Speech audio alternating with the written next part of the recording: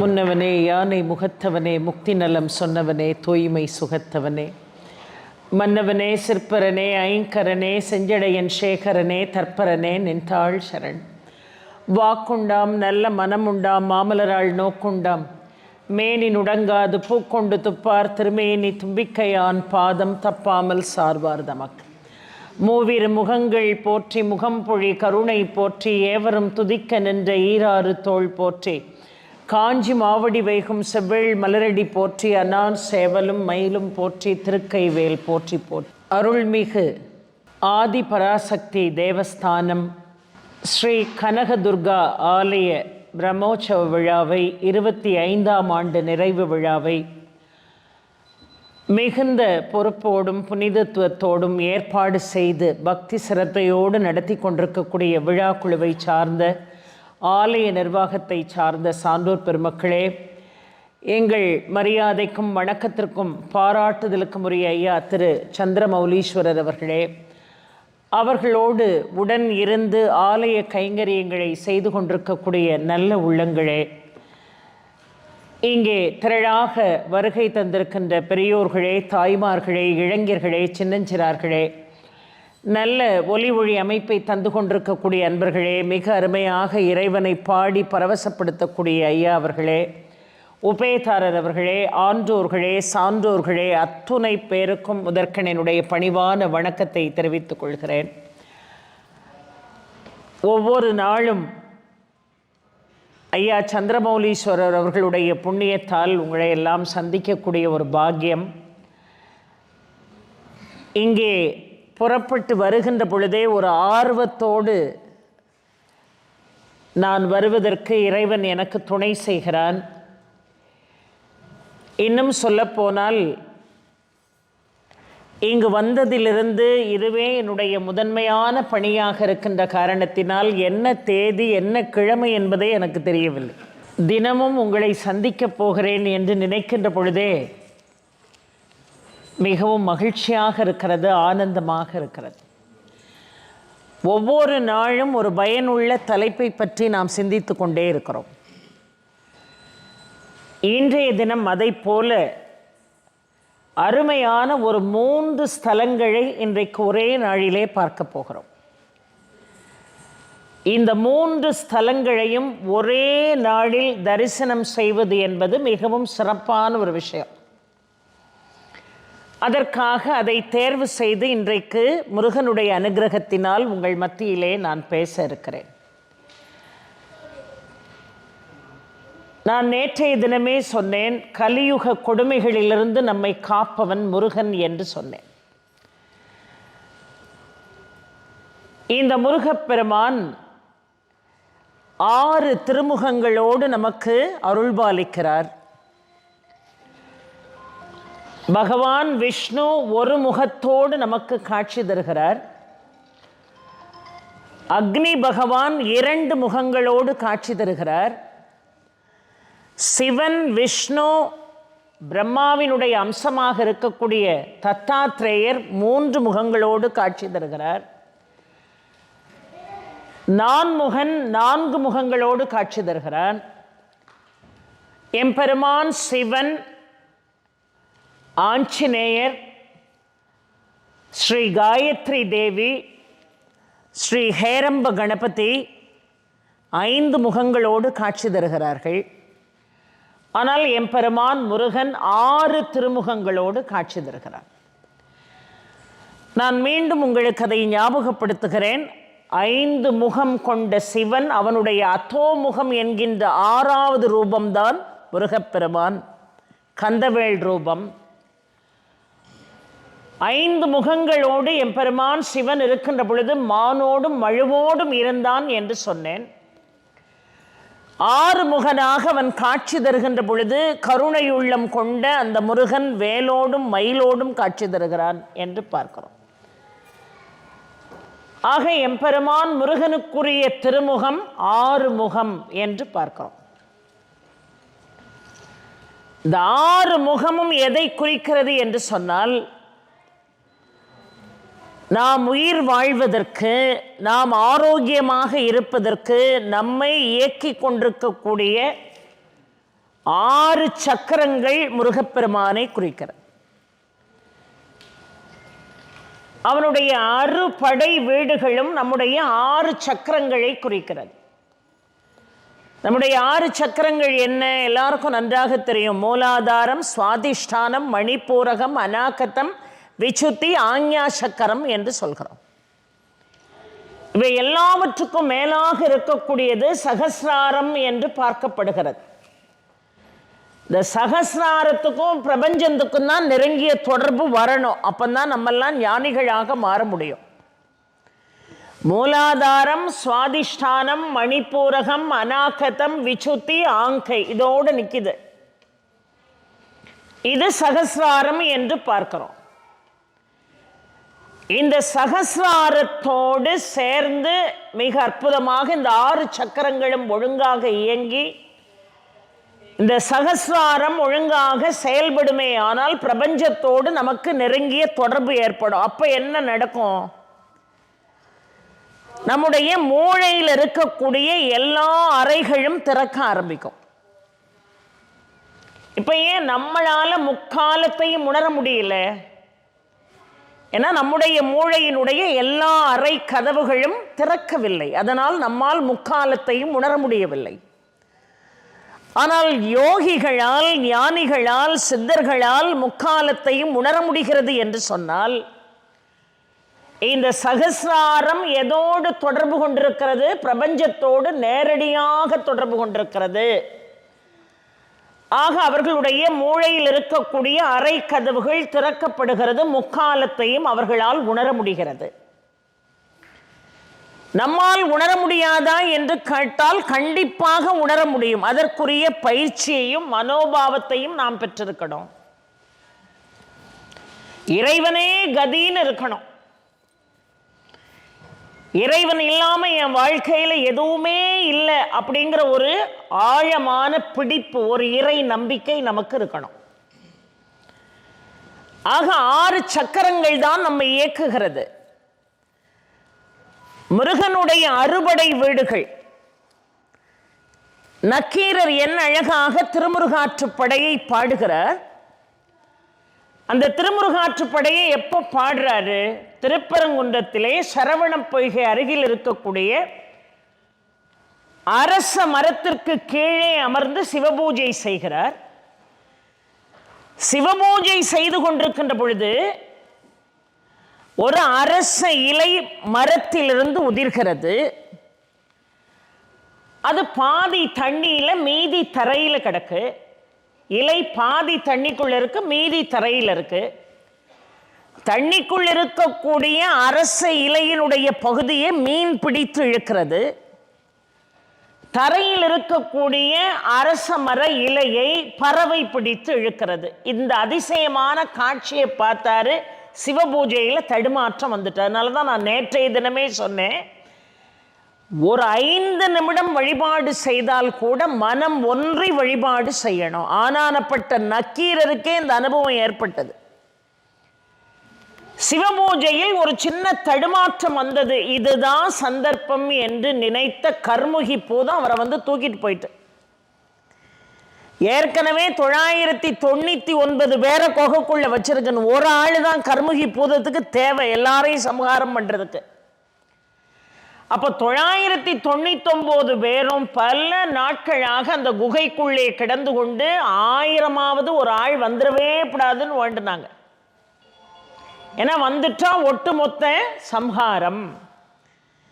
இப்போ கர்முகி பூதம் நக்கீரரை தூக்கிட்டு போயிட்டு, அப்போ இனிமே கர்முகி பூதம் நினைக்கிறது தான் நடக்க போகுது. 1000 பேரையும் சம்ஹாரம் செய்ய போகிறது. அந்த நேரம் திருமுருகாற்றுப்படையை பாடினார். எம்பெருமான் முருகனை நினைத்து 5 முகம் தோன்றில் 6 முகம் தோன்றும், வெஞ்சமரில் அஞ்சேல் என வேல் தோன்றும், நெஞ்சில் ஒரு கால் நினைக்கின் இருகாலும் தோன்றும் முருகா என்று ஓதுவோர் முன் என்று பாடினார்.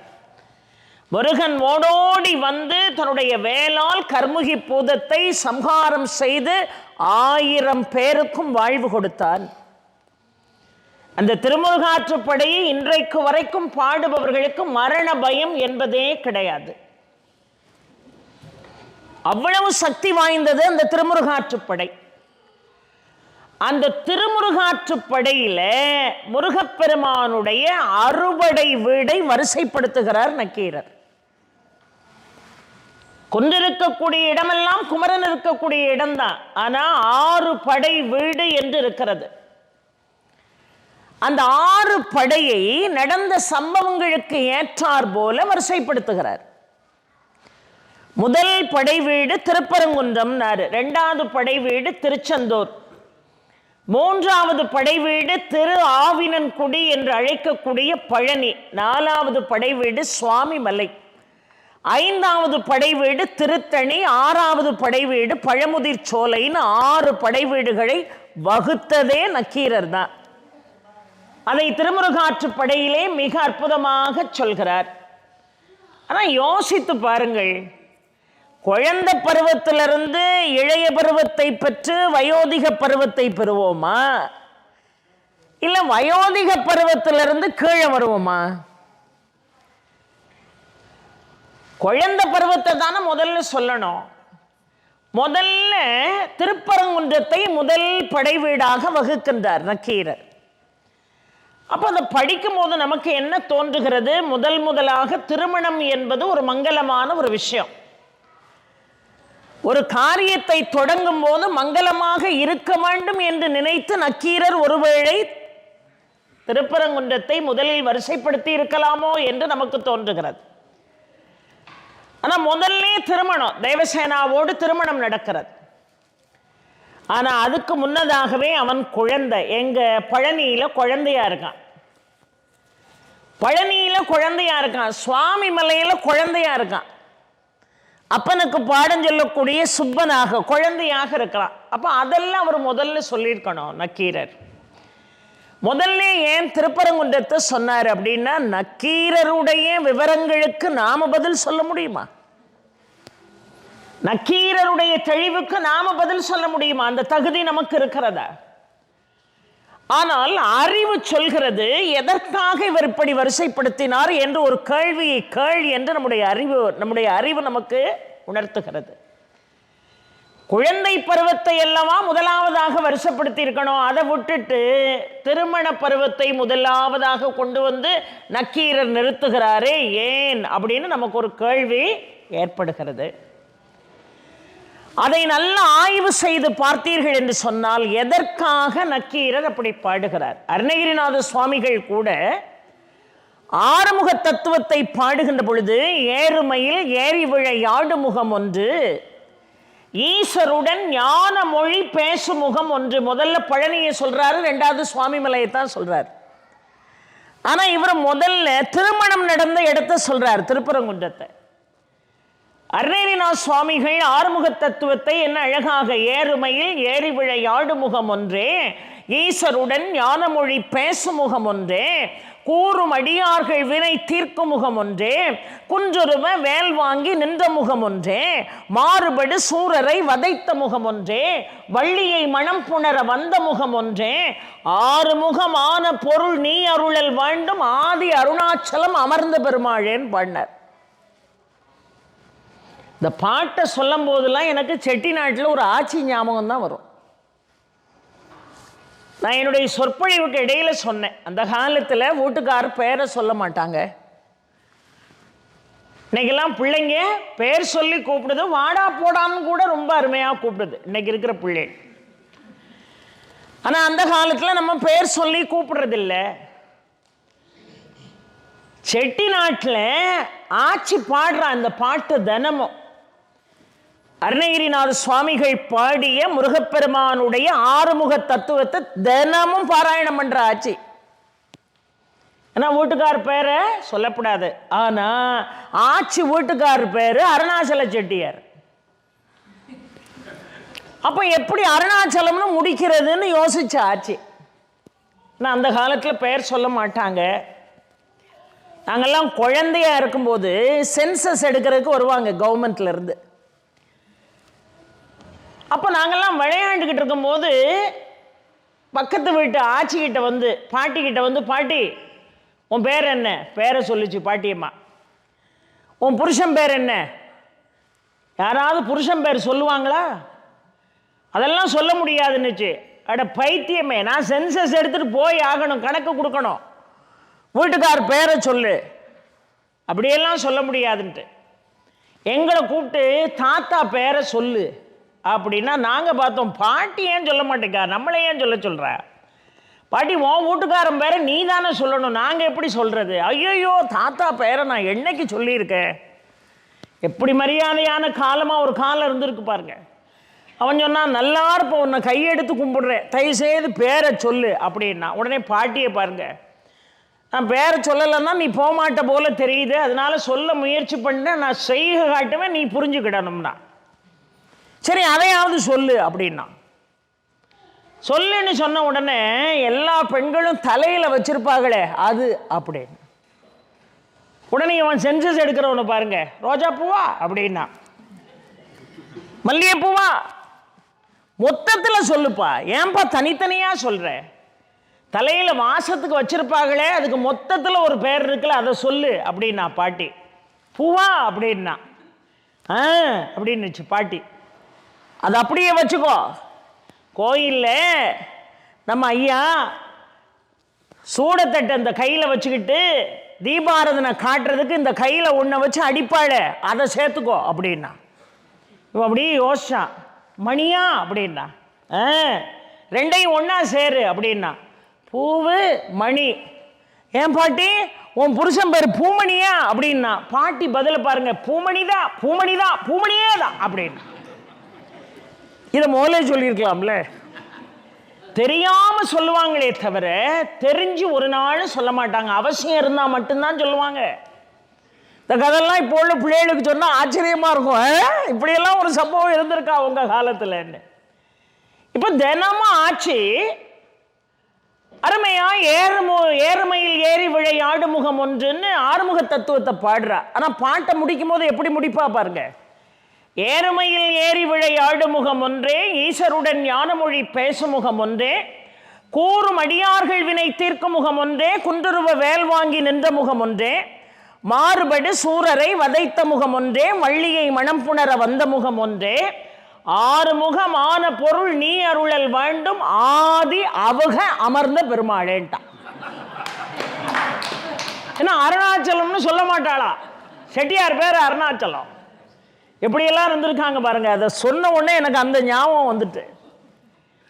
ஆறுமுக தத்துவத்தை அருமையாக பாடுகிறார். அதுல கூட அருணகிரிநாத சுவாமிகள் பழனியை முதல்ல சொல்றாரு, சுவாமி மலையை முதல்ல சொல்றார். ஆனா இங்க திருமுருகாற்றுப்படையை வடித்து கொடுத்த நக்கீரர் ரொம்ப அழகா முதல்ல திருப்பரங்குன்றத்தை சொல்றாரு, ரெண்டாவது திருச்செந்தூரை சொல்றாரு, மூணாவது தான் பழனியை சொல்றாரு, நாலாவது தான் சுவாமிமலையை சொல்றாரு, பழையபடி ஐந்தாவது திருத்தணியை சொல்றாரு, ஆறாவது பழமுதிர் சோலையை சொல்றாரு.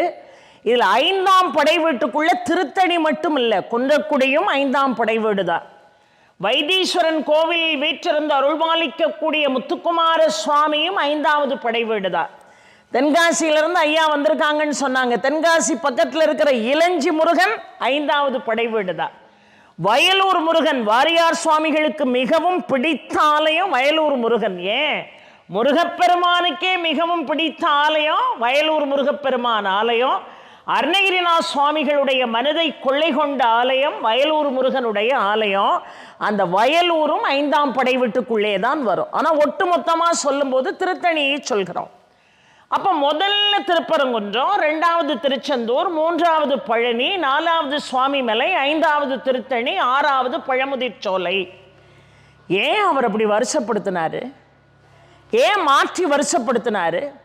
பருவத்தை மனதிலே வைக்காமல் இதை வரிசைப்படுத்தியதனுடைய நோக்கம் என்ன அப்படின்னு பார்த்தீங்கன்னா, 6 சக்கரங்களால் தான் நாம் இயங்கிக் கொண்டிருக்கிறோம். அதனால சக்கரங்களுக்கு ஏற்றார் போல வருஷப்படுத்தினார். முதல்ல ஆஞ்ஞா சக்கரத்தை சொல்லி, அப்புறம் அநாகதத்தை சொல்லி, அப்புறம் மணிபூரகத்தை சொல்லி, அப்புறம் மூலாதாரத்தை சொல்லுவோமா? சக்கரம் என்று சொன்ன உடனே அந்த குண்டலினி சக்தியை எழுப்புவதற்கு துணையாக இருக்கக்கூடிய முதலாதாரமாக இருக்கக்கூடிய முதல் சக்கரம் மூலாதாரத்தை தான் சொல்லுவோம். அப்போ மூலாதாரம் எதற்குரிய ஸ்தலம் என்று கேட்டால் திருப்பரங்குன்றத்திற்குரிய ஸ்தலம். சுவாதிஷ்டானம் என்பது திருச்செந்தூருக்குண்டான சக்கரம், அதனாலதான் சுவாதிஷ்டானம் திருச்செந்தூர்.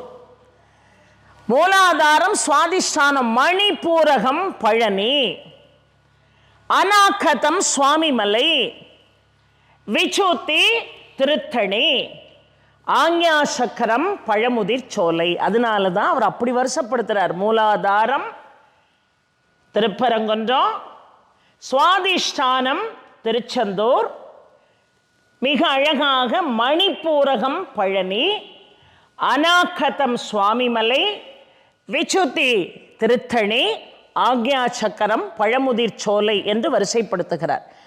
ஆக இந்த அறுபடை வீடை நீ வழிபாடு செய்தால், இந்த அறுபடை வீட்டிலிருந்து அருள்வாளிக்கக்கூடிய முருகப்பெருமானை வழிபாடு செய்தால், உன்னுடைய 6 சக்கரங்களும் ஒழுங்காக வேலை செய்து உன் ஆயுள் கூடுவதோடு மட்டுமல்லாது இந்த சகஸ்ராரம் என்கின்ற இந்த அமிர்தமாகம் திறந்து அது பிரபஞ்சத்தோடு தொடர்பு கொண்டு உன்னாலும் யோகியாக, ஞானியாக, இறை சிந்தனையாக இறைவனை உள்ளுக்குள்ளே உணரக்கூடிய ஆற்றலை உன்னால் பெற முடியும் என்பதை திருமுருகாற்றுப்படையிலே நக்கீரர் மிக அழகாக தெளிவுபடுத்துகிறார்.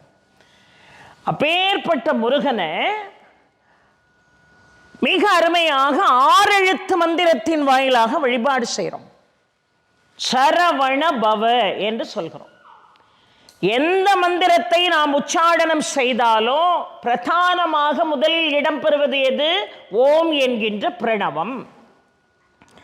அப்போ ஓம் சரவண பவாயன்னு சொல்றோம். ஏன் சரவண பவாயன்னு சொன்னா எவ்வளவு பெரிய மகத்துவம் வந்து சேருகிறது பாருங்கள். சா என்று சொன்னால் லக்ஷ்மி, ரா என்று சொன்னால் சரஸ்வதி, வா என்று சொன்னால் மிக அருமையாக போகம் அல்லது மோட்சம் தரக்கூடிய நிலை. நா என்று சொன்னால் சத்ரு ஜெயம், பகைவர்களை வெல்லக்கூடிய ஆற்றல் நமக்கு வந்துடும். பா என்று சொன்னால் பானா சொல்றோம் இல்லையா, அந்த பா என்பது மிருத்யுஞ்சய ஜெயம், மரணத்தை வெல்லக்கூடிய ஆற்றல் நமக்கு வந்துடும். கடைசியா முடியுது பாருங்க, வா என்று முடிகிறது பாருங்கள். நோயை முற்றிலுமாக அகற்றக்கூடிய ஆற்றல் அந்த எழுத்திற்கு உண்டு. அப்போ சரவண பவ என்று சொன்னால் சரஸ்வதியினுடைய அனுகிரகம், லக்ஷ்மியினுடைய அனுகிரகம், அது போக போகம், மோட்சம், சத்ருக்களை வெல்லக்கூடிய ஆற்றல், மரணத்தை வெல்லக்கூடிய ஆற்றல், நோயை நீக்கக்கூடிய ஆற்றல் இந்த ஒரு மந்திரத்திற்கு இருக்கிறது. ஓம் சரவண பவாய நமக. இந்த ஒன்றை சொன்னாலே போதும், சரஸ்வதி உங்களை தேடி வந்துடுவா, லக்ஷ்மி உங்களை தேடி வந்துடுவா, மோட்சம் உங்களை தேடி வந்துடும், ஆரோக்கியம் உங்களை தேடி வந்துடும், சத்துருக்கள் பூரா உங்களுக்கு நண்பனாயிருவா, மரணம் உங்களை நெருங்காது, யம தர்மம் உங்க பக்கத்தில் வர பயப்படுவா. அதனாலதான் அனுபூதியிலே பாடுகிறார் அருணகிரிநாத சுவாமிகள், கார் மாமிசை காலன் வரில் கலவ தேர்மாமிசை வந்து எதிரப்படுவாய், தார் மார்ப வலாரி தலாரி எனும் சூர் மாவடிய தொடு வேலவனேன்னார். குகா என என் கிளை கூடி அழப்போகா வகை மெய்ப்பொருள் பேசியவா, நாகாச்சல வேலவா நாலு கவி தியாகா சுரலோக சிகாமணியே என்று அனுபூதியிலே அருணகிரிநாத சுவாமிகள் பாடுகிறார். குகா என என் கிளை கூடி அழப்போகா வகை மெய்ப்பொருள் பேசியவா. யாரும் ஐயோ என்னை விட்டு போயிட்டியே, நான் உன்னை நம்பி தானே இருந்தேன், என்னை விட்டுட்டு போயிட்டியேன்னு எவனும் அழக்கூடிய சூழலே வராதுன்னா என்ன பொருள்? எவனும் சாக போறதில்லை, எவனும் அழ போறதில்லை, காரணம் எவனும் பிறக்க போறதில்லை.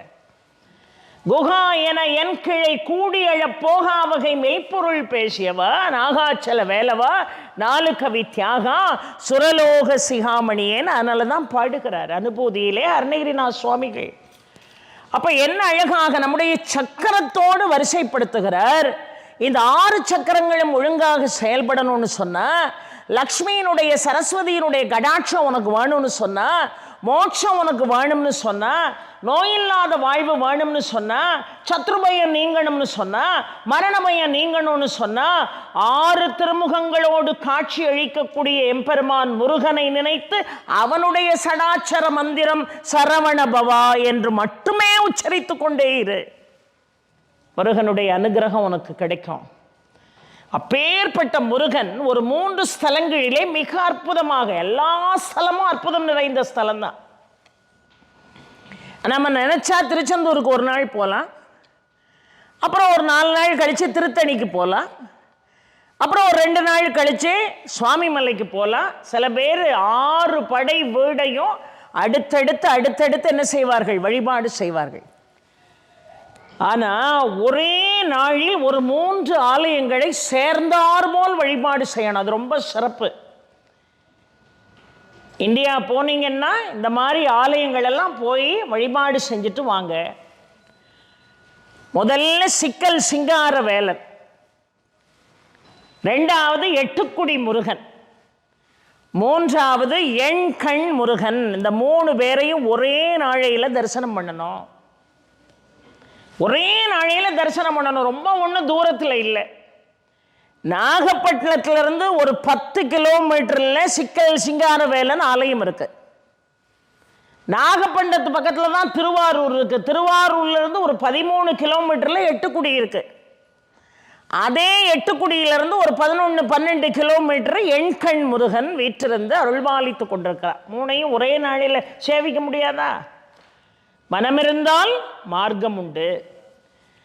ஏன்னா இந்த 3ஐயும் ஒரே நாளில் நீங்கள் சேவித்தால், இப்ப நான் சொன்ன சரவண பவ மந்திரத்திற்கு என்ன பலன் உண்டோ அந்த பலனை ஒன்று சேர்த்து நீங்கள் பெற முடியும்.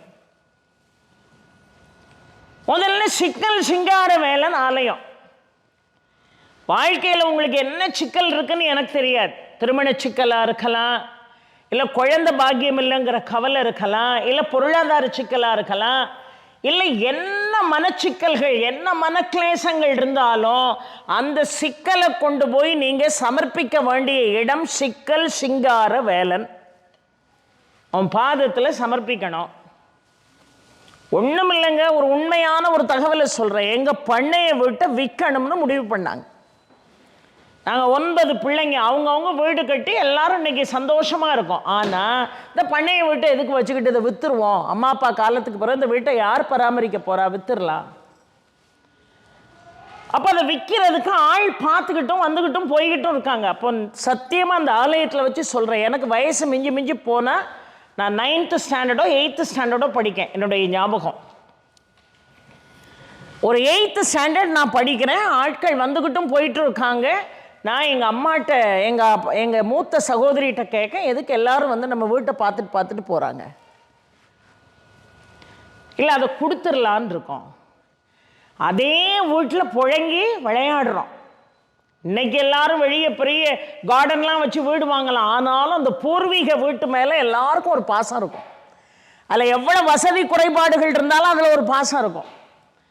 அப்போ நான் 9th படிச்சுக்கிட்டு இருக்கும்போது நினைக்கிறேன், அடடா வீட்டை அப்போ நம்ம காலி பண்ணிட்டு போகணுமா, வேறு வீட்டுக்கு போகணுமா, அதெல்லாம் புது வீடு கட்டிக்கிடலாம் அப்படின்னு வீட்டில் 2-3 பேர் அபிப்பிராயம் சொல்கிறாங்க.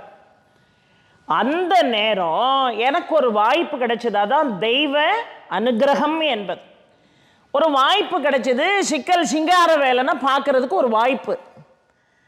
அப்போ அந்த ஆலயத்தை பற்றிலாம் எனக்கு ரொம்ப தெரியாது. நான் 9th தானே படிச்சுக்கிட்டு இருக்கேன், ஒன்றும் தெரியல. அங்கே ஐயா மாதிரி ஒரு பெரியவங்க இருக்காங்க. அவருக்கு எதனால அப்படி சொல்லணும்னு தோணுச்சுன்னே தெரியல. அத்தனை பேர் வந்துக்கிட்டும் போயிட்டு இருக்காங்க. என்ன கூப்பிட்டார். கூப்பிட்டு எங்கேருந்து வர்றீங்க அப்படின்னு கேட்டார். நான் தூத்துக்குடியிலேருந்து வர்றேன். ஏதாவது சிக்கல் இருந்தா இந்த சிங்காரவேலன் பாதத்தில் ஒப்படைச்சிட்டு போயிட்டீங்கன்னா கடைசி வரைக்கும் எந்த பிரச்சனையும் இல்லாமல் அவன் பாதுகாப்பான். எந்த சிக்கலையும் அவன் எடுத்துருவான். எவ்வளோ பெரிய இடியாப்ப சிக்கலாக இருந்தாலும் சிக்கல் சிங்காரவேலன்ட்ட வந்து அந்த மேட்டரை சமர்ப்பிச்சிட்டோம்னா அவன் பார்த்துக்கிடுவான்னு சொல்கிறாரு. இதை கூப்பிட்டு என்ன சொல்லணும்னு என்னங்க அவசியம் இருக்குது? என்ன யாருமே தெரியாது. நான் நேராக முருகன் சன்னிதானத்தில் போய் நின்று சொல்கிறேன், அப்பா எங்கள் பண்ணையை விட்டு விற்கிறதுக்கு எல்லாரும் வந்துக்கிட்டும் போய்கிட்டும் பார்த்துக்கிட்டும் இருக்காங்க, அதை எப்படியாவது விற்க விடாமல் நீ பண்ணிடு. அந்த வீட்டை விட்டு நாங்கள் போகக்கூடாது, அந்த வீடு இன்னொருத்தர் கைக்கு போகக்கூடாது. வேறு பெரிய மந்திரங்கள்லாம் அந்த வயசில் சொல்ல தெரியல. அப்பமும் ஓம் சரவண பவா சொல்லுங்கன்னு சொல்லுவாங்க எங்கள் அம்மா. அப்போ கையெடுத்து கும்பிட்றேன், முருகா அந்த வீடு விற்காமல் நீ என்ன செய்யணும், பாதுகாத்து கொடுக்கணும். 9 படிக்கும்போது நான் வேண்டினது இந்த சன்னிதானத்தில் வச்சு அந்த சத்திய வாக்க சொல்லிட்டு போகிறேன். வருஷம் என்ன ஆகுது, இன்னைக்கு வரைக்கும் அந்த வீடு விற்கலை. இன்னைக்கு வரைக்கும் அந்த வீடு விற்கலை. அந்த முருகன் எவ்வளவு சக்தி வாய்ந்தவன் தெரியுமா? என்ன எல்லாரும் வந்து வந்து பார்த்துட்டு போகிறாங்க, இந்த வீடு விற்கலைன்னு எல்லாரும் பேசுவாங்க, நான் மட்டும் கப்புச்சிப்புன்னு இருப்பேன். ஏன்னா இந்த காலத்தில் தானே கான்கிரீட்லாம் போடுறோம், அந்த காலத்தில் தேக்கில் தான் ரூஃப் எல்லாமே. பெரிய பெரிய தூணு, தேக்கு தூணு தான்.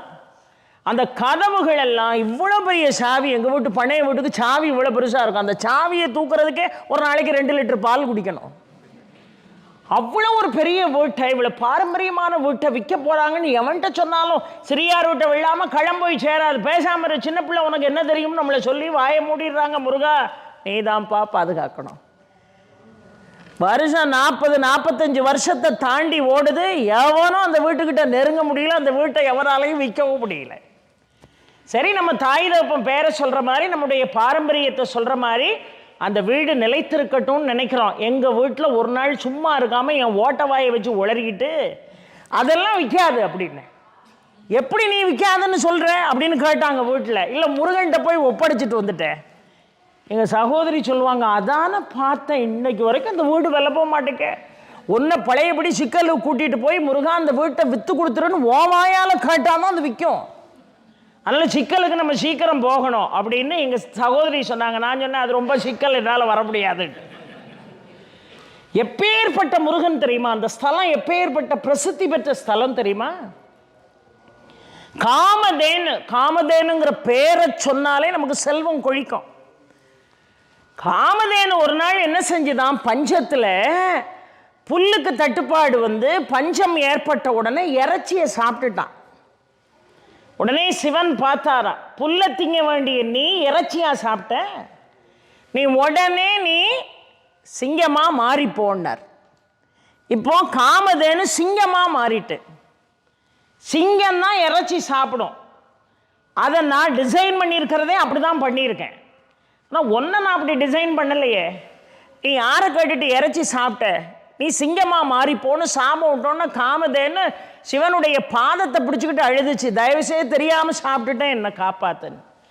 நேராக பூலோகத்துக்கு போ, மல்லிகாவனம் என்று ஒரு அருமையான இடம் இருக்கிறது, நறுமணம் வீசக்கூடிய மல்லிகை வனத்துக்கு சென்று அங்கே நீ ஒரு குளத்தை அமைத்து அந்த குளத்திலே நீராடி என்னை நோக்கி தவம் செய், உன்னுடைய பழைய ரூபம் உனக்கு கிடைக்கும்னு வாக்கு கொடுத்தாரு சிவன்.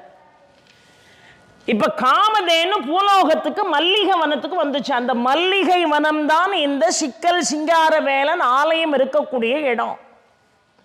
அங்கே வீற்றிருந்து அருள்மாலித்து கொண்டிருக்கக்கூடிய எம்பெருமான் சிவனுக்கு நவநீதீஸ்வரர் என்று பெயர். நவநீதம் என்று சொன்னால் என்ன பொருள்? வெண்ணெய் என்று பொருள். அதனாலதான் கிருஷ்ணனுக்கு நவநீத கிருஷ்ணன் என்று ஒரு பெயர் இருக்கிறது.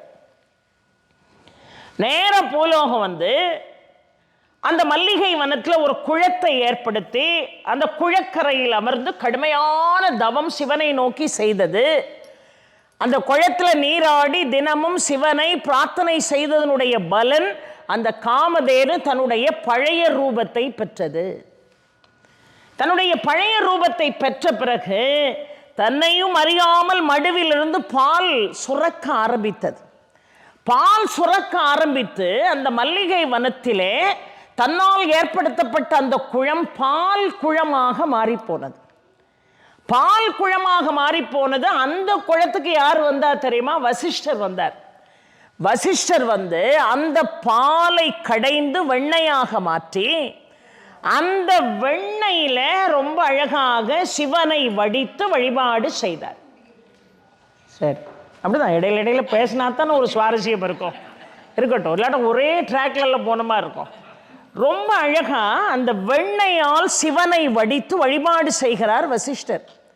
வழிபாடு முடிந்த பிறகு அந்த வெண்ணெயை எடுத்து சாப்பிடணும்னு நினைக்கிறார். பெரியோர்களே, வாழ்க்கையில் நான் கண்ட ஒரு அனுபவத்தை உங்களுக்கு சொல்லிட்டு போகிறேன். சிவன் ராத்திரிக்கு சில பேருக்கு கோயிலாக அலைய முடியல, கூட்டம் ரொம்ப அளவுக்கு அதிகமாக இருக்குது, அபிஷேகம் பார்க்க முடியல, அலங்காரம் பார்க்க முடியலங்கிற குறை இருந்தால் அந்த 4 ஜாமத்துக்கும் வீட்டில் பூஜை பண்ணுங்க. வீட்டில் எப்படி பூஜை பண்ணுவேன் நானுங்கிறத நான் இப்போ சொல்கிறேன். நிறைய ஐஸ் க்யூப்ஸ் போட்டு வச்சுக்கிடுவேன் நான் ஃப்ரிட்ஜில். ஒரு பெரிய புது பாத்திரம் வாங்கி அது மேலே ஃபுல்லாக ஐஸ் க்யூப்பை நிரப்பி அதுக்கு மேலே ஒரு சின்ன வெள்ளித்தட்டு வச்சுருக்கேன். அந்த வெள்ளித்தட்டு மேலே வெண்ணெயை சிவனாக உருவகப்படுத்தி வைத்து வில்வ இலைகளால் அர்ச்சனை செய்வேன் 4 ஜாமத்துக்கும். அந்த ஆண்டு என்ன கேட்கிறோமோ அடுத்த சிவன் ராத்திரி வர்றதுக்குள்ளே அது நடந்துடும். ஏன்னா அது உருகினாமல் இருக்கிறதுக்கு தான் கீழே அந்த ஐஸ் க்யூபை போட்டு வைக்கிறோம். ரொம்ப அருமையாக அந்த வழிபாடு நமக்கு மிகுந்த பலனை தரும். அதை போல வெண்ணையாக்கி வெண்ணையை லிங்கமாக்கி வசிஷ்டர் வழிபாடு செய்தார். நாம் ஒரு காரியத்தை செய்கிறோம்னா அதெல்லாம் நம்ம புத்தியில் தோணுனதா இல்லை, எல்லாம் நம்முடைய அருளாளர்கள் நமக்கு காட்டிய வழி. வெண்ணையால் லிங்கம் செய்து வழிபாடு செய்து முடித்த பிறகு அதை என்ன செய்யணும்? அதை எடுத்து சாப்பிடுவோம். வெண்ணெய் சாப்பிட்ற பொருள், அதனால் சாப்பிட போகிறோம்.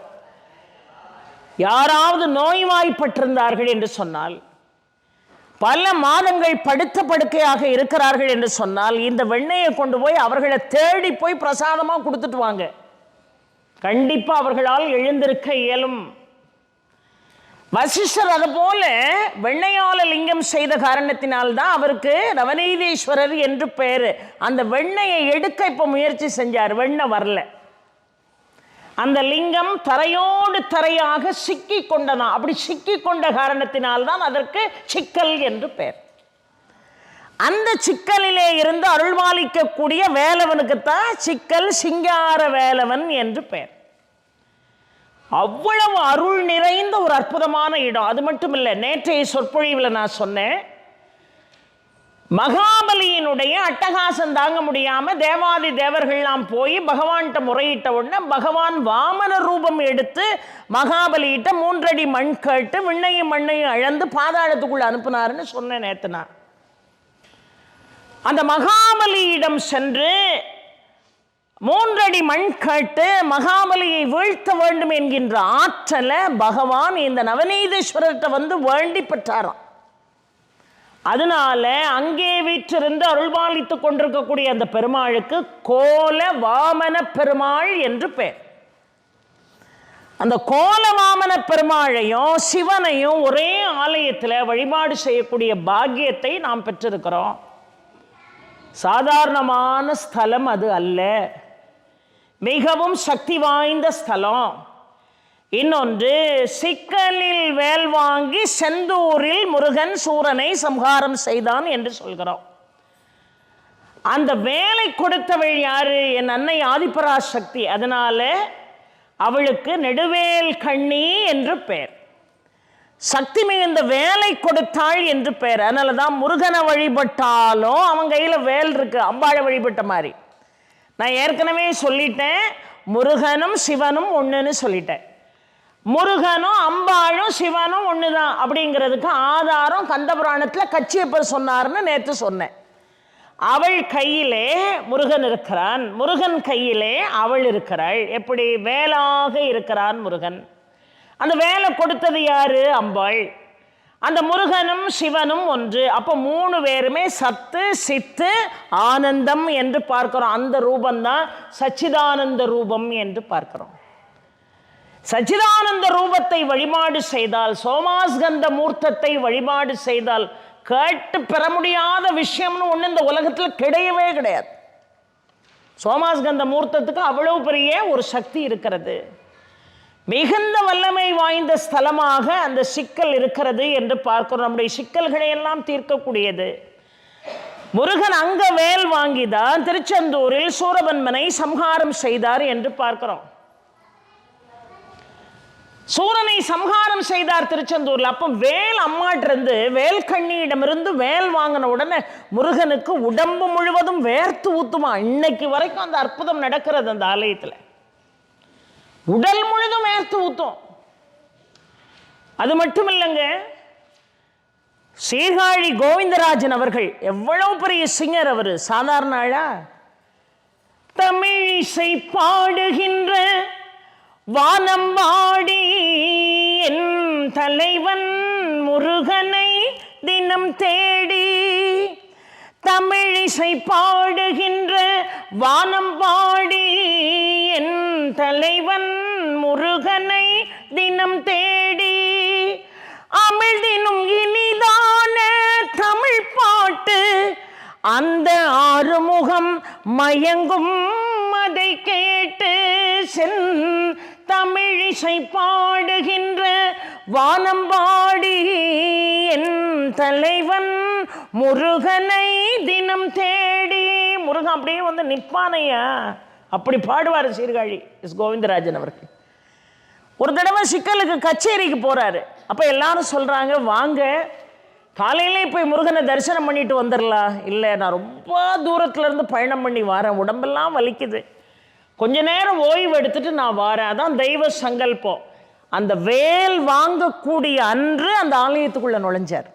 அந்த நேரத்தில் நினைச்சிருந்தா நேரத்தோட சாமி கும்பிட்டுட்டு போயிருக்கலாம். அந்த நேரம் உள்ளே நுழைகிறார். அப்ப பக்கத்தில் நிற்கக்கூடிய ஐயா மாதிரி ஒரு மிகச்சிறந்த ஒரு சிவாச்சாரியார் சொல்றார், ஐயா இந்த காட்சி எதுக்கு முன்னாடி பார்த்துருக்கீங்களா?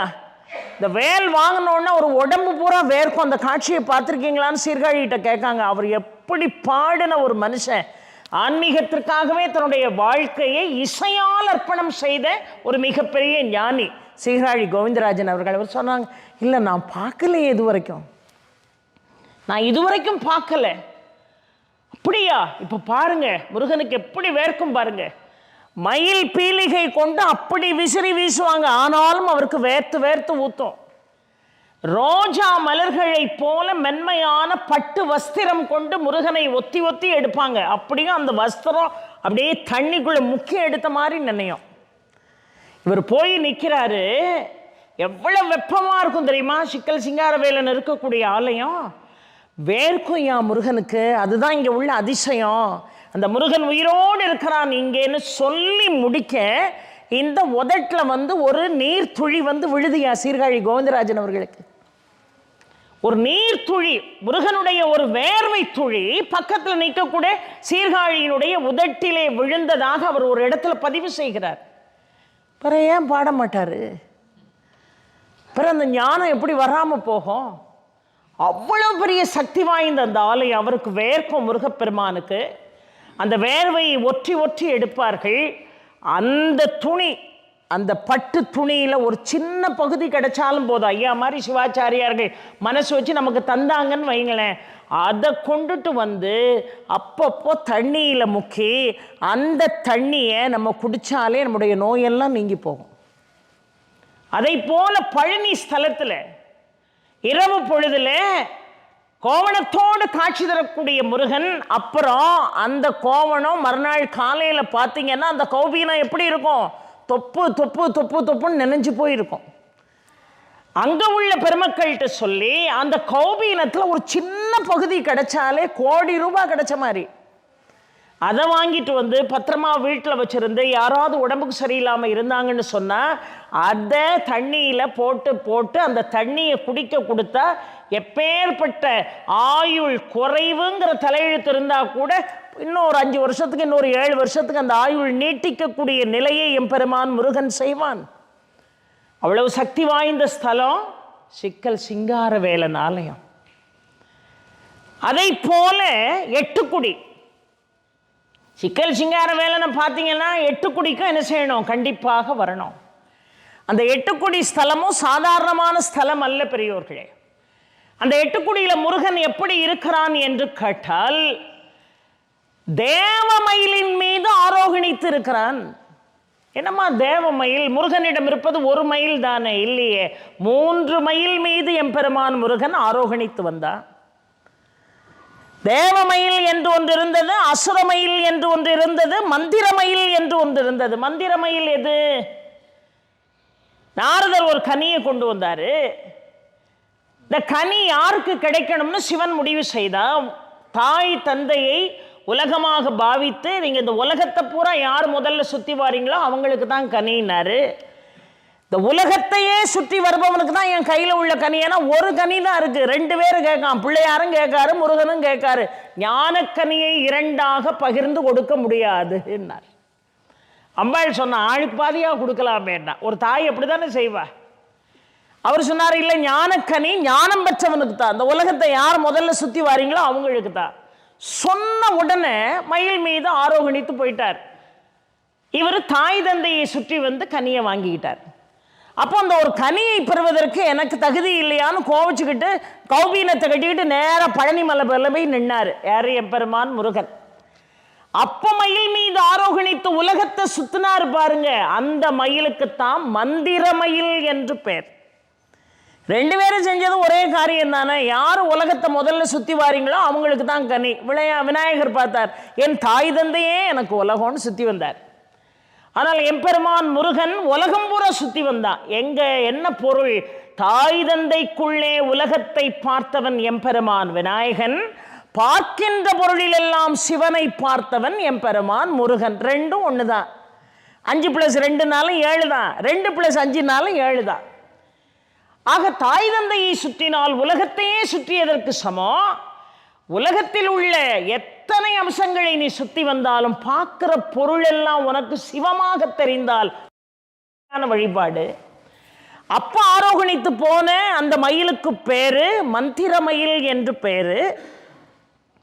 சூரபன்மனை அழிப்பதற்காக ஒரு மயில் மீது ஆரோகணித்து வந்தானே எம்பெருமான் முருகன், அதற்குத்தான் தேவமயில் என்று பெயர். காரணம், சூரனை வதம் செய்வதற்கு மயில் மீது ஆரோகணித்து வந்தானே, அந்த மயிலாக மாறி நின்றவன் யாரு? 30 முக்கோடி தேவர்களுக்கும் தலைவனாக விளங்கக்கூடிய இந்திரன். இந்திர மயில், தேவமயில் என்று பெயர். ஆனால் நான் எனது என்கின்ற அகங்காரம் அமகாரம் அழிப்பதற்கு மாமரத்தை 2 கூறுகளாக பிரித்து அழித்து மருட்கருணையால் சூரபன்மனை ஆட்கொண்டானே. எப்படி ஆட்கொண்டான்? சேவல் கொடியாகவும் அவனை மயிலாகவும் மாற்றினான். அந்த மயில் தான் அசுர மயில். அந்த மயில் தான் அசுர மயில். இந்த 8 குடியில இந்திர மயில் மீது கம்பீரமாக முருகன் வீற்றிருக்கக்கூடிய காட்சியை நீங்க பார்க்க முடியும். இன்னொன்று, எந்த ஸ்தலத்திலும் இல்லாத சிறப்பு 8 குடிக்கு என்ன தெரியுமா? அங்கே அம்பார தூணிக்குள்ளே இருந்து அம்பை எடுப்பது போல ஒரு வீர சௌந்தரிய காட்சியோடு எம்பெருமான் வேலவன் காட்சி தரக்கூடிய ஸ்தலம். இன்னொன்று, 8 குடியில முருகன் ரொம்ப உக்கிரமாக இருக்கிறான். அதனால தான் சித்ரா பௌர்ணமி அன்று, பௌர்ணமி தொடங்குவதற்கு முன்னதாகவே ஆரம்பிக்கக்கூடிய பாலபிஷேகம், பிரதமைக்கு 1 வினாடிக்கு முன்னாடி வரைக்கும் தொடர்ந்து பாலபிஷேகம் விடிய விடிய விடிய விடிய நடந்துகிட்டே இருக்கும். அன்னைக்கு ஒரு நாள் நடை முழுவதுமாக திறந்து இரவு பொழுது முழுவதும் அபிஷேகம் அபிஷேகம் அபிஷேகம். ஏன்னா அவ்வளவு உக்கிரமூர்த்தி அவர் 8 குடி முருகன். அந்த 8 குடி முருகன் என்ன கேட்டாலும் உங்களுக்கு கொடுத்துருவான். சத்ரு பயத்தை நீக்கக்கூடிய முருகன். அந்த 8 குடி முருகன் சன்னிதானத்தில் போய் நீங்க சத்ரு சம்ஹார திரிசதி படித்து பூஜை செய்தால் சத்ரு பயமும் மரண பயமும் உங்களை விட்டு முழுமையாக நீங்கிவிடும். வீட்டிலையுமே ரொம்ப சுத்தபத்தமாக ரொம்ப ஆச்சாரமாக இருந்தோன்னு சொன்னால் தாராளமாக திரிசதி படிக்கலாம். திரிசதி படித்து செவ்வரழி மலர்களால் முருகனுக்கு அர்ச்சனை செய்தோம் என்று சொன்னால் முருகனுடைய பிரசன்னத்தை, முருகன் நம்மோடு இருக்கிறான் என்கின்ற உணர்வை நீங்கள் தெரிந்து கொள்ள முடியும். அவ்வளவு பெரிய சக்தி ஷண்முக அர்ச்சனைக்கும் உண்டு, திரிசதிக்கும் உண்டு. அந்த 8 குடி முருகனும் அப்படி அருமையாக அருள்பாலிக்கக்கூடியவன். 8 மரங்கள் ஒரு காலத்தில் நிறைந்திருந்ததா, அதனால 8 குடி அப்படிங்கிற ஒரு பெயர் வந்தது. இன்னொரு ஸ்தலத்தை சொல்லிட்டு ஏன் 8 குடிங்கிற பெயருங்கிறதையும் சொல்லுவேன் நான். அந்த 8 குடி முருகனும் சகல சௌபாகியங்களையும் நமக்கு வாரி வழங்கக்கூடியவனாக இருக்கிறான். ஆயுளை நீட்டி கொடுக்கக்கூடியவனாக இருக்கிறான். அந்த 8 குடியில தான் முருகப்பெருமானுக்கு மணி கட்டக்கூடிய நேர்த்திக்கடன். யாரெல்லாம் போய் அங்கே மணியை கட்டுறமோ அங்கே குழந்தை பாக்கியம் இல்லாதவர்களுக்கு குழந்தை பாக்கியம் கிடைக்கும். மணி கட்டி வழிபாடு செய்யணும். இன்னொன்று, காவடி முருகனுடைய கோயிலில் எடுக்கிறது அவ்வளவு சிறப்பு. அதுலேயும் 8 குடியில் காவடி எடுக்கிறது ரொம்ப ரொம்ப சிறப்பு. 8 குடியில் காவடி எடுக்கிறது ரொம்ப சிறப்பு. நேற்றுங்க அழகு குத்துனாங்க பாருங்க. அதை பார்க்குறதுக்கே எவ்வளோ அதை பார்க்குறதுக்கு முதல்ல நமக்கு கொடுத்து வைக்கணும். முருகனுடைய அனுகிரகம் இல்லாமல் அதெல்லாம் செய்ய முடியாது. காவடி எடுத்தோன்னு சொன்னால் நம்முடைய நோய் நொடிகள் அத்தனையும் நம்மை விட்டு என்ன செய்யும்? நீங்கி போகும். எப்பேற்பட்ட துன்பமும் நம்மளை விட்டு நீங்கி போகும். ஏன்னா இடும்பன் இடும்பி நம்ம எல்லாருக்கும் ஞாபகம் இருக்கு. கைலாயத்திலிருந்து இடும்பனை அகத்தியர் அனுப்பி சக்திகிரி சிவகிரின்னு 2 மலையை தூக்கிட்டு வர சொன்னார். அதை காவடியாக கட்டிக்கிட்டு வந்தான். வந்த உடனே சிவகிரி மேலே முருகன் ஏறி நின்றுக்கிட்டான். கீழே வச்சுட்டு கொஞ்ச நேரம் உடல் உபாதைகளை தீர்க்கணும்னு நினச்சி கீழே வச்சான். 2 கிரியையும் கீழே வச்சான். காவடி போல சுமந்துக்கிட்டு வந்தவன் சக்திகிரியை விட்டுட்டாரு. சிவகிரி மேலே ஏறி நின்னார். எப்போ கீழே இறங்குப்பான்னாரு இடும்பன். வந்திருக்கவன் முருகன் அவனுக்கு தெரியல. ஏன் மலையை விட்டு என்னையே இறங்குனா என்னையா அர்த்தம்னா, முருகன்னு தெரியாமல் முருகனோடு சண்டை போட்டு முருகன் அவனை சம்ஹாரம் செய்து இடும்பன் உயிர் இழந்த உடனே இடும்பி ஓடி வந்து காப்பாற்றணும்னு கேட்டார். அதனால் முருகப்பெருமான் இடும்பனுக்கு உயிர் கொடுத்தது மட்டுமல்ல, யாரெல்லாம் தீராத நோயிலே தவிக்கிறீர்களோ, யாரெல்லாம் தீராத பிரச்சனையிலே தவிக்கிறீர்களோ, அவர்கள் என்னை நினைத்து சக்திகிரி சிவகிரியாக நினைத்து காவடியை சுமப்பீர்களே, ஆனால் அவர்களுடைய பிரச்சனைக்கு உடனடியாக நான் முற்றுப்புள்ளி வைப்பேன்னு முருகன் வாக்கு கொடுக்குறான். முருகன் வாக்கு கொடுக்குறாங்க. அதனால தான் அந்த காலத்தில் ஒரு 90 ஆண்டுகளுக்கு முன்னாடி நம்முடைய பெரியோர்கள் சொல்லுவாங்க, அந்த காலத்தில் மச்சக்காவடி, பால் காவடி, பன்னீர் காவடி, புஷ்ப காவடி, சர்ப்ப காவடி முதற்கொண்டு இருந்திருக்கு. மீன் காவடி எடுப்பவங்க என்ன செய்வாங்களா, மீனை 2 கூறுகளாக்கி இந்த காவடியில் பாதி உடல், இந்த காவடியில் பாதி உடல் எடுத்துக்கிட்டு போவாங்க. ஏன்னா மரத்தை 2 கூறா ஆக்குனது தானே அந்த திருச்செந்தூர் ஸ்தலத்தினுடைய மகிமையே. சூரபன்மனை 2 கூறுகளாக பிரித்தானே. வெறும் அகங்காரத்தை மட்டும் அழிக்க முடியாது, மமகாரத்தையும் சேர்த்து அழிச்சாதான் பழையபடி தலை நீட்டாது. ஏன்னா அவனுக்கு அவ்வளவு ஆணவம். அவனுக்கு தெரியுது வந்து நிற்கிறது பாலகன் எம்பெருமான் முருகன்னு தெரியுது. ஆனாலும் சூழுதல் வேண்டும். சூரபன்மன் பாடுறான், சூழுதல் வேண்டும், தாள்கள் தொழுதிடல் வேண்டும், அங்கை தாழுதல் வேண்டும், சென்னி துதித்திடல் வேண்டும், தாள ஆளுதல் வேண்டும், தீமை அகன்று இவருக்கு ஆளாகி நான் வாழுதல் வேண்டும். பாட்டை முடிச்சார் பாருங்க சூரபன்மன். நெஞ்சம் தடுத்தது மானம் ஒன்றேன்னா, அந்த மானம்னு அவன் சொல்றான் பாருங்க, அதுதான் அந்த ஆணவம். முருகனை பார்த்த உடனே அவனை சூழணும்னு நினைச்சானா, தாள்களை தொழுதணும்னு நினைச்சானா, அங்கை தாழணும்னு நினைச்சானா, தாளு ஆளுதணும்னு நினைச்சானா, எல்லாம் நினைச்சோம். அதெல்லாம் செய்யாம அவனோட போரிடணும்னு அவனுடைய ஆணவம் அவனை தூண்டியது. அவ்வளவு பெரிய அனுகிரகவாதி முருகன். சாதாரணமான ஒரு ஆள் இல்லை, அவ்வளவு பெரிய அனுகிரகவாதி. காவடி எடுத்தா முருகன் உடனடியாக ஓடி வருவேன் என்பது அவன் கொடுத்த வாக்கு. காவடி எடுத்தா அவன் நோயை புற நீக்கிருவேங்கிறது அவன் கொடுத்த வாக்கு. மீனை 2 கூறுகளாக்கி 2 காவடியில் வச்சு எடுத்துட்டு போவாங்களாம். சர்ப்பத்தை 2 கூறுகளாக்கி. இப்போல்லாம் சர்ப்ப காவடி கிடையாது இப்போல்லாம். அப்போ அதுக்கு தக்கன அந்த காலத்தில் பக்தி எவ்வளவு ஆழமாக இருந்திருந்தா அதெல்லாம் செஞ்சுருக்க முடியும். இப்படி எடுத்துட்டு போய் திருச்செந்தூர் கடலில் 90 ஆண்டுகளுக்கு முன்னாடி திருச்செந்தூர் கடலில் மூடி வைத்திருக்கக்கூடிய அந்த காவடி பானையை திறந்து விட்டா இதில் பாதி மீன் அதில் பாதி மீன் உயிர் இல்லாமல் தானே இருக்கு. 2ம் உயிர் பெற்று ஓடுமா கடலுக்குள்ள. 2 கூறுகளாக இருக்கக்கூடிய சர்ப்பம் உயிர் பெற்று ஓடுமா. அப்போ அந்த காவடிக்கு எவ்வளவு பெரிய சக்தி இருக்கு.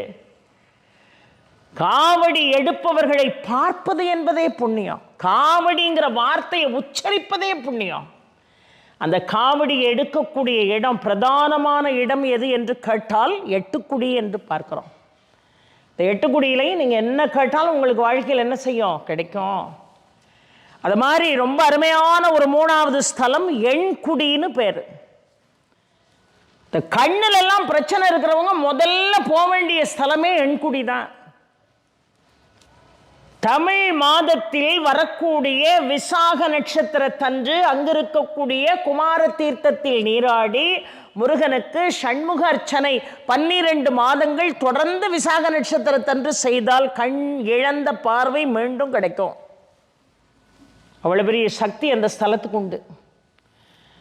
இன்னொன்று எண்கண் முருகன் அவனுக்கு ஏன் பேரு, நான்முகன் தன்னுடைய 8 கண்களால் தவம் செய்து வழிபாடு செய்தானா.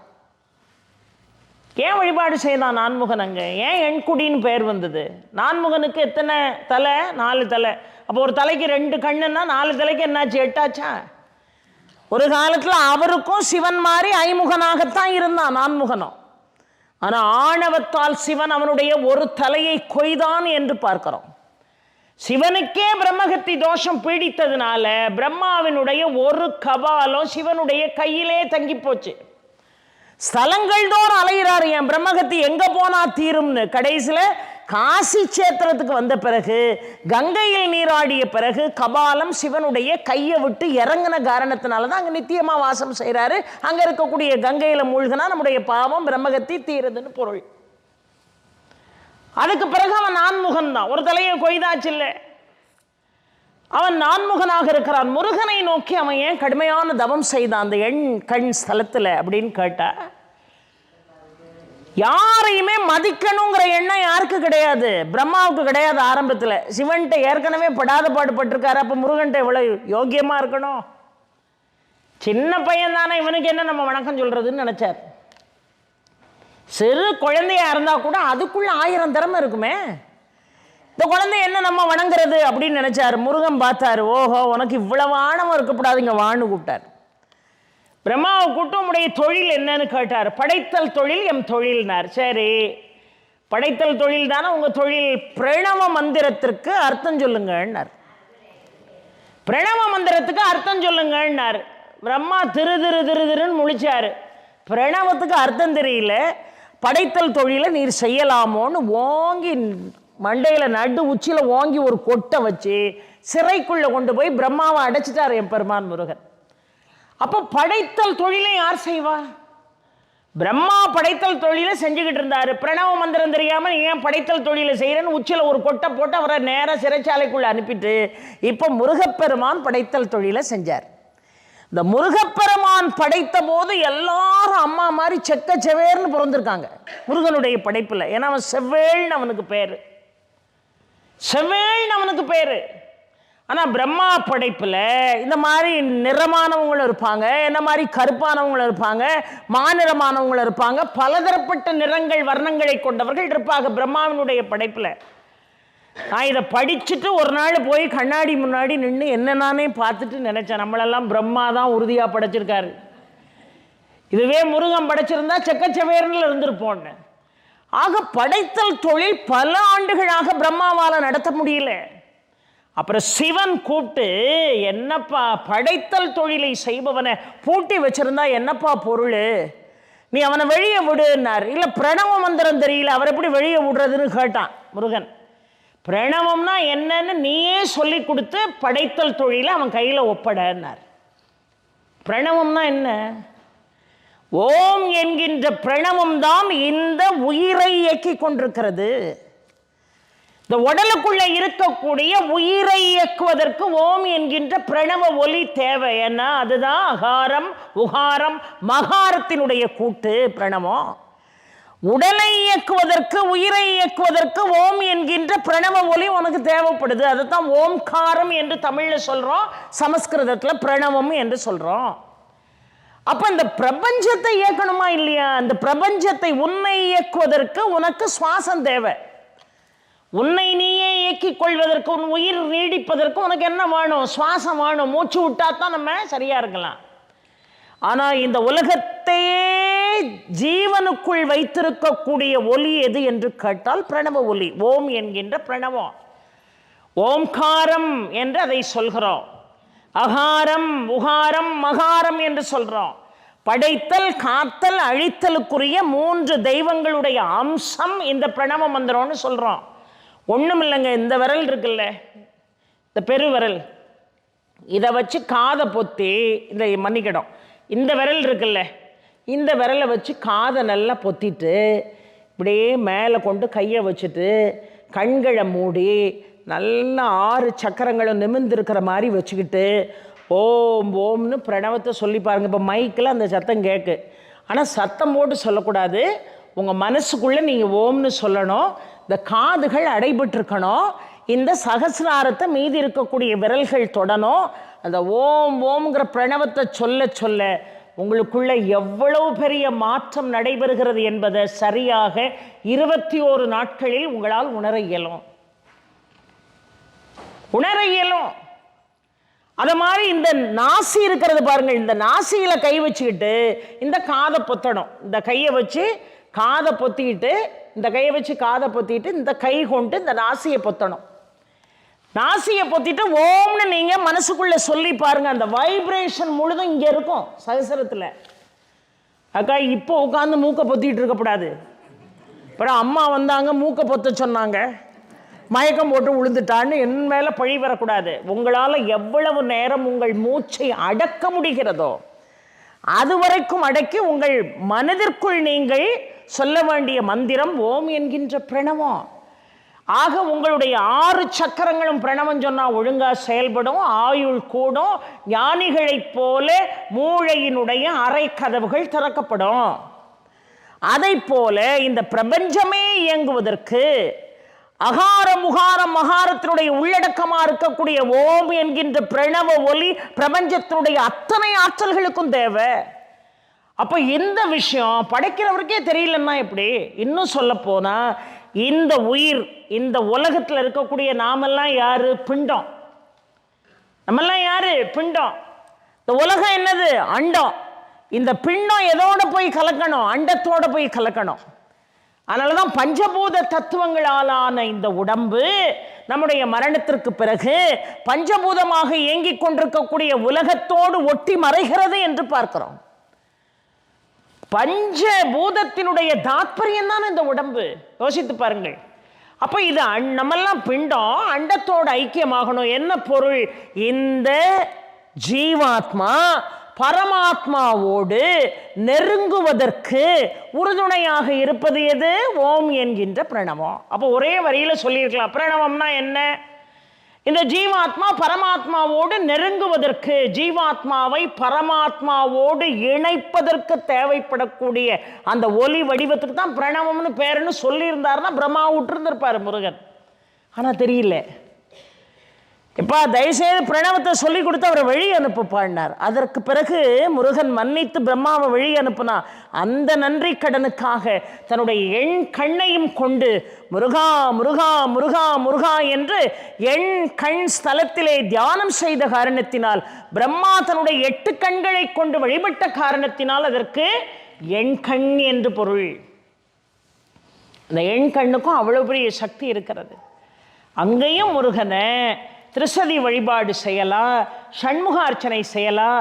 இன்னொன்று சிம்மவர்மன் என்று ஒரு மன்னன், அந்த எண்கொடி ஸ்தலத்தில் சிம்மவர்மன் யாரால சபிக்கப்பட்டானா? பிருகு முனிவரால சபிக்கப்பட்டு அவனுடைய முகம் சிங்கமா மாறிட்டு, அந்த சிங்கமா மாறின அந்த முகம் மனுஷ ரூபம் பழையபடி பெறணும்னு அந்த எண்கண்ணை அலங்கரித்து கொண்டிருக்கக்கூடிய வெட்டாற்றிலே போய் நீராடி முருகனுடைய சரவணபவ என்கின்ற ஷடாட்சர மந்திரத்தை இடையராது சொல்லி மீண்டும் தன்னுடைய மனித ரூபத்தை சிம்மவர்மன் என்கின்ற மன்னன் பெற்றான் என்று பார்க்கிறோம்.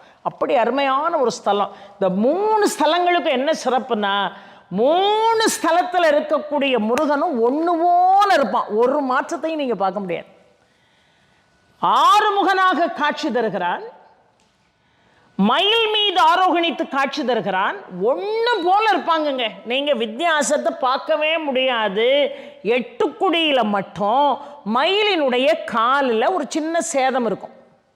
மற்றபடி சிக்கல் சிங்கார வேலனும் அதே ரூபந்தான், எண்கண் முருகனும் அதே ரூபந்தான், 8 குடி முருகனும் அதே ரூபந்தான். இவன் அந்த 3 சிலைகளை எப்படிமா ஒற்றுமையா ஒன்று போல இருந்ததுன்னு கேட்டா, நாகப்பட்டினத்து பக்கத்தில் பொருள் வைத்த சேரி என்று ஒரு ஊர். அந்த ஊரில் ஒரு சிற்பி, அந்த சிற்பி முதலாக சிக்கல் சிங்கார வேலன் சிற்பத்தை தான் செய்கிறார். மயில் மீது ஆரோகணித்து 6 முகனாக முருகன் அமர்ந்திருக்கக்கூடிய காட்சி தான் அவர் செய்த முதல் சிற்பம். அந்த சிற்பத்தை அந்த நாட்டை ஆண்ட பராந்த மன்னன் பார்த்துட்டு ஆகா என்ன ஒரு அற்புதமா இந்த சிலையை வடிச்சிருக்கான் இந்த சிற்பின்னு சொல்லி, என்னுடைய எல்லைக்குள்ள மட்டும்தான் இந்த முருகன் இருக்கணும், உலகத்தினுடைய எந்த மூலையிலும் இந்த முருகன் இருக்கக்கூடாதுன்னு சிற்பியை கூட்டு கட்ட விரலை வெட்டிட்டு விட்டான். இனிமே நீ சிற்பமே செய்யப்படாது அப்படின்னு. என் ஆளுகைக்குள் மட்டும்தான் இந்த முருகன் இருந்து அருள் பாலிக்கணும். ஏன்னா அவ்வளோ அழகாக இருக்கான். இவன் பார்த்தான் கட்ட விரலை வெட்டிட்டு விட்டார. எப்படி துரோணாச்சாரியார் ஏகலை வந்துட்ட குருதட்சணையா கட்ட விரலை கேட்டாரோ அது மாதிரி கட்ட விரலை வெட்டிட்டு விட்டுட்டானேன்னு இனிமே இந்த ஊரில் இருக்கக்கூடாதுன்னு. ஏன்னா தீவிரமான முருக பக்தன் அவன். ஒரு நாளைக்கு மூச்சு விட மறந்தாலும் மறப்பாங்க, சரவணபவ சொல்ல மறக்கவே மாட்டான் அந்த சிற்பி. இப்போ கட்ட விரல் இல்லைன்னா ஒரு காரியமும் செய்ய முடியாது. எழுத முடியுமா, இல்லை ஏதாவது சிற்பம் செய்ய முடியுமா? ஆனாலும் முருகன் மீது பாரத்தை போட்டு, எப்பா நீதான்ப்பா என்னை காப்பாற்றணும், இனிமே இந்த பராந்தகன் எல்லைக்குள்ளே நான் இருக்க மாட்டேன்னு இங்கேருந்து புறப்பட்டு கொஞ்சம் தூரத்தில் போய் இன்னொரு ஊரில் இருந்து கட்ட விரல் இல்லாமலே இன்னொரு சிற்பம் செஞ்சான். அதே மாதிரி அதுவும் ஆறுமுகமாக மயில் மீது ஆரோகணித்து ஒரு சிற்பம் செய்கிறார். அந்த சிற்பத்தை யார் வந்து பார்த்தா தெரியுமா? அந்த பகுதியினுடைய குறுநில மன்னன் முத்தரசன் என்பவன் வந்து பார்க்கிறான். முத்தரச சோழன், ரெண்டாவது ஒரு மன்னன் வந்து அந்த சிலையை பார்க்கிறான். அந்த முத்தரச சோழன் பார்க்கிறான்.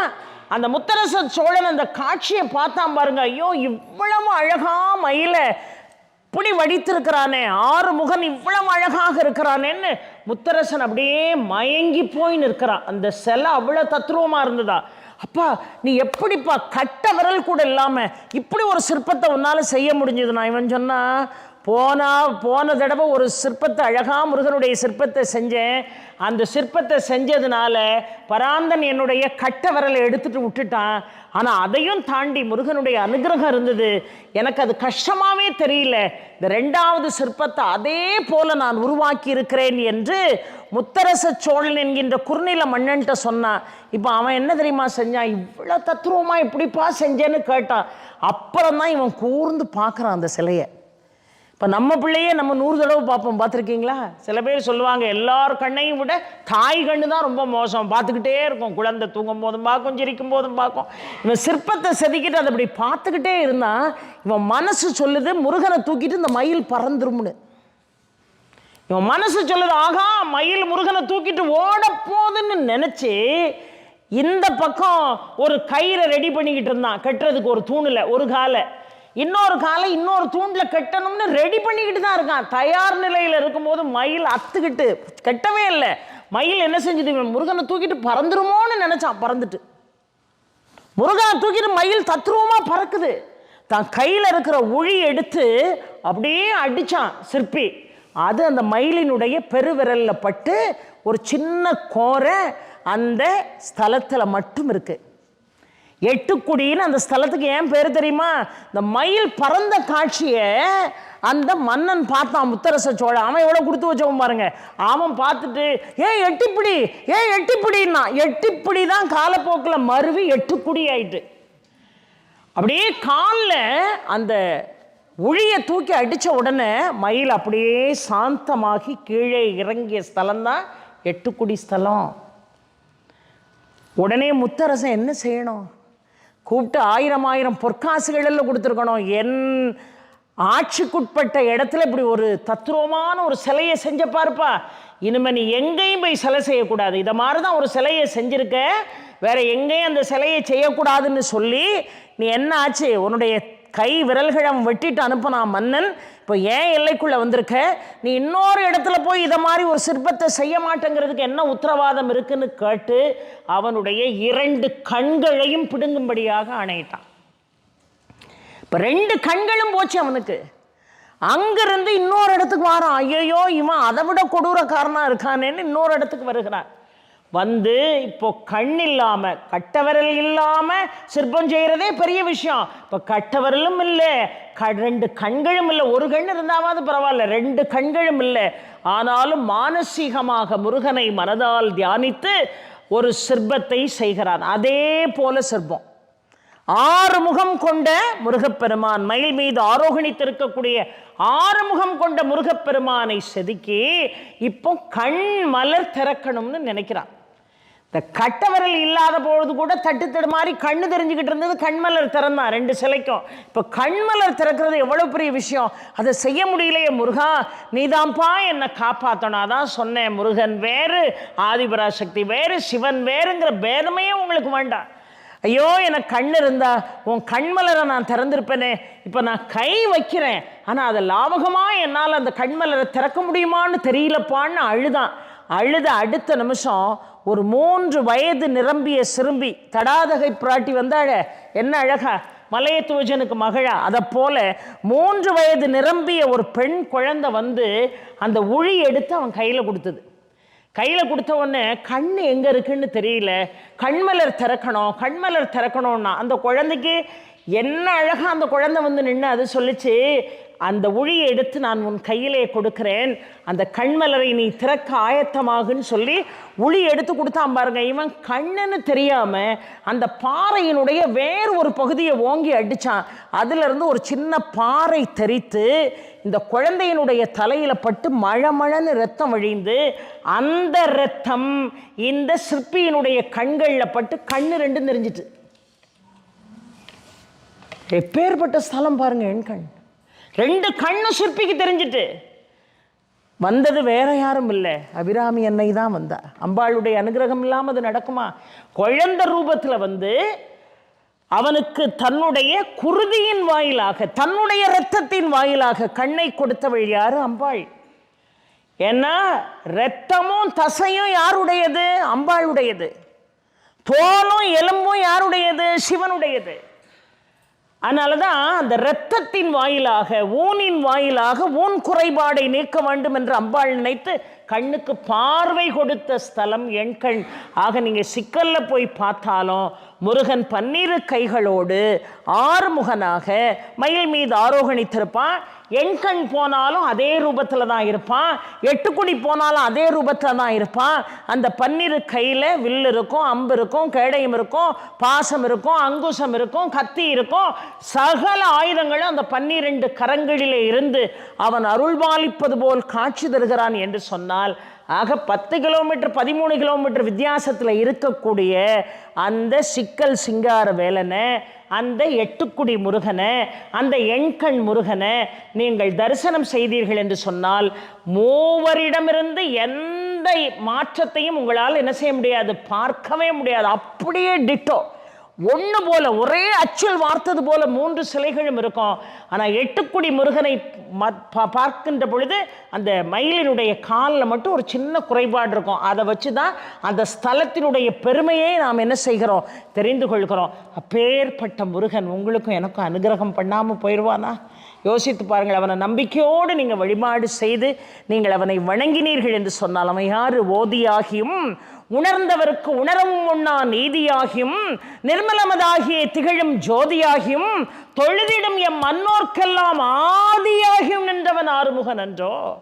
அதனாலதான் அவனுடைய ஆறுமுக தத்துவத்தை ஏன் வழிபாடு செய்யறோம்னா, உலகத்தையே பிரகாசிக்க செய்யக்கூடிய முகம் ஒன்று, அடியார்களை காக்கக்கூடிய முகம் ஒன்று.